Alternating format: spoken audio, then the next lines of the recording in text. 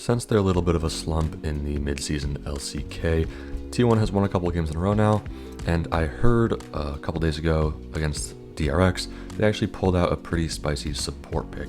I do believe that pick was in Game 2, but I quickly want to run through both of these games' draft because T1 looked much better in this game, and their next game as well against DK. So I think that maybe they're starting to turn things around, and I want to see if it's starting in the draft phase here.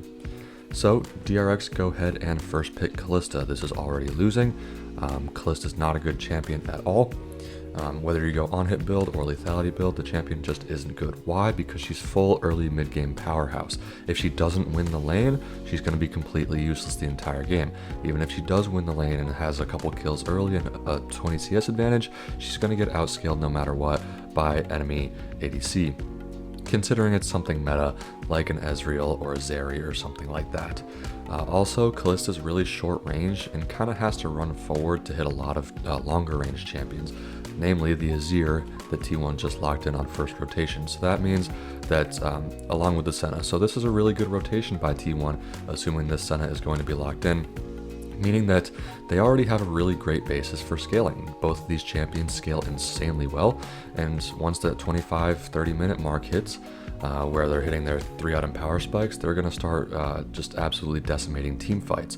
Also, like I said, both of these champions are really long range, so it's going to be pretty much impossible for Kalista to play this game in the team fight stage.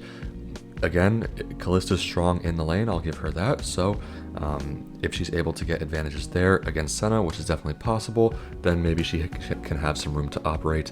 Barring a huge advantage pre-15 minutes though, it's going to be really hard for Kalista to play. The Neeko pick is something that I really like, and I don't know why we've been seeing so little of Neeko recently. The champ is still fantastic. Whether it's going support or mid, it can even go jungle. It's a really great flex pick and a really strong pick overall for team fighting, flanking, and a lot of great strategies like that.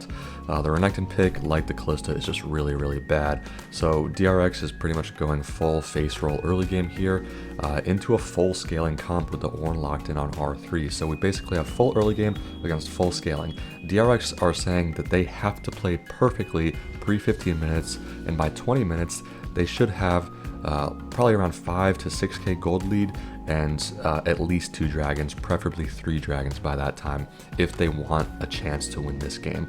If they're not that far ahead and the game reaches that 25-30 minute mark, like relatively even, T1's just going to win no matter what. They're just going to automatically win because their champions are just better, they scale better, they're longer range like I said before.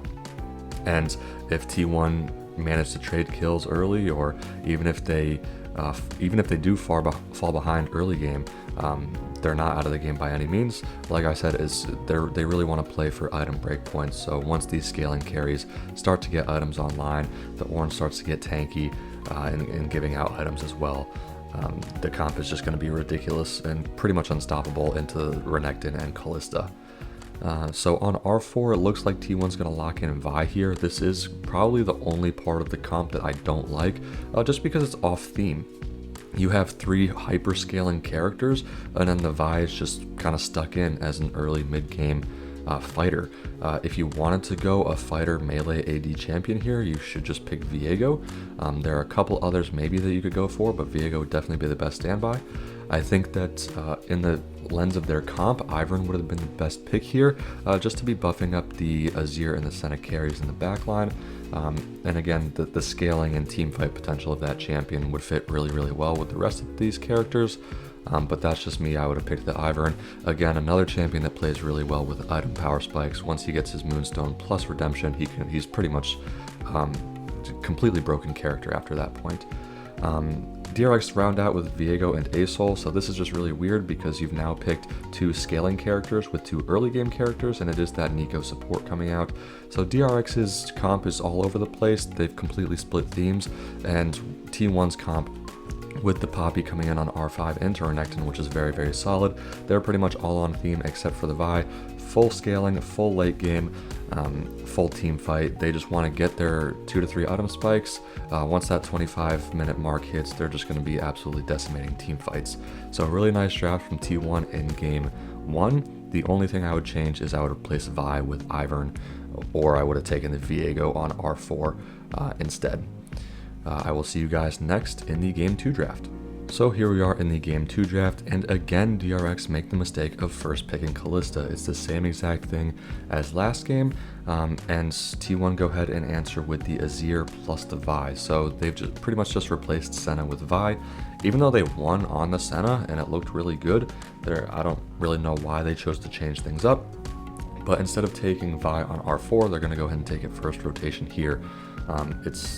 It's not bad, it's not good, it's not what I would pick, because you've already split themes between the Azir and the Vi, saying Vi's early game, Azir's late game, so it's already going to be kind of split, and we'll have to figure out what path T1 wants to go down, the late game scaling team fight or the early mid game skirmishing route.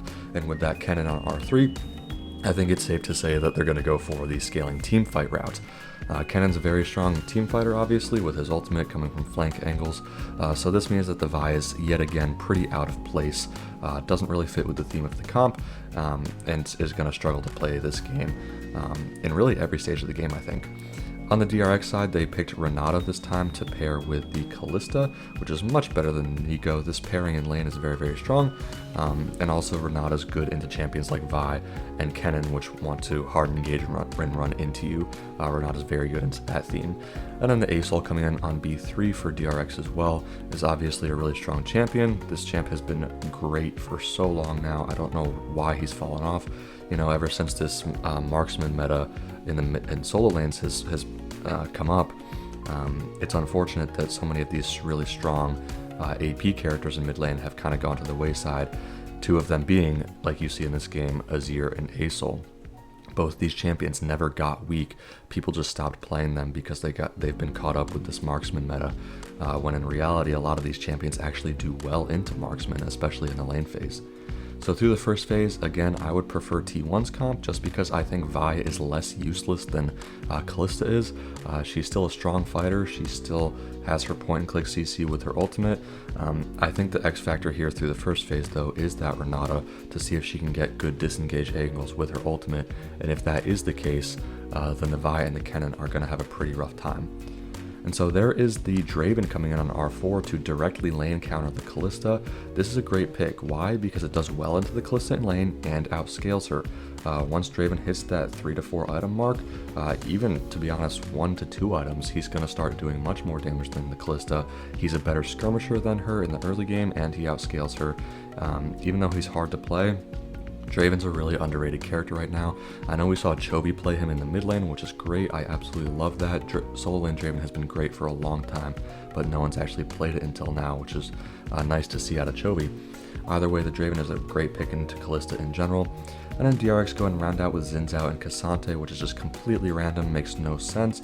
So again, they've completely split themes down the middle here. They have Asol and K'Sante who want to scale, and they have Xin Zhao and Kalista who want to play full early game face roll, run into the enemy team. So it doesn't really make any sense what DRX have done in either of these two games with their drafting. It's really, really bad.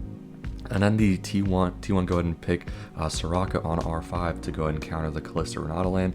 I love Soraka. I think that enchanters as a whole, mainly Soraka, have been underrated for so long. This whole class is utterly broken, and especially paired with a strong skirmisher like Draven, it's going to be a really brutal combo to deal with, because, you know, Kalista's going to want to have strong early skirmishing with the Renata, and Soraka's kind of going to negate a lot of that.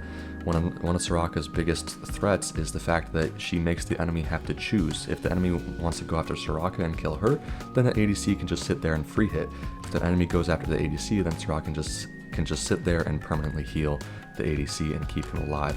So nice drafts out of T1 both games. The only thing I would replace in both of them were the Vi picks. Just replace it something that scales better and fits the scaling range theme more. I think Ivern in either of these games would have been really, really phenomenal, and let Faker and Guma really carry and buff them up really well. Anyways, let me know what you guys think about T1's drafts here, about their performance overall this split, and whether or not you think they can challenge Gen G and the rest of the top teams for the Summer Split title in the LCK. Thanks for watching. See you next time.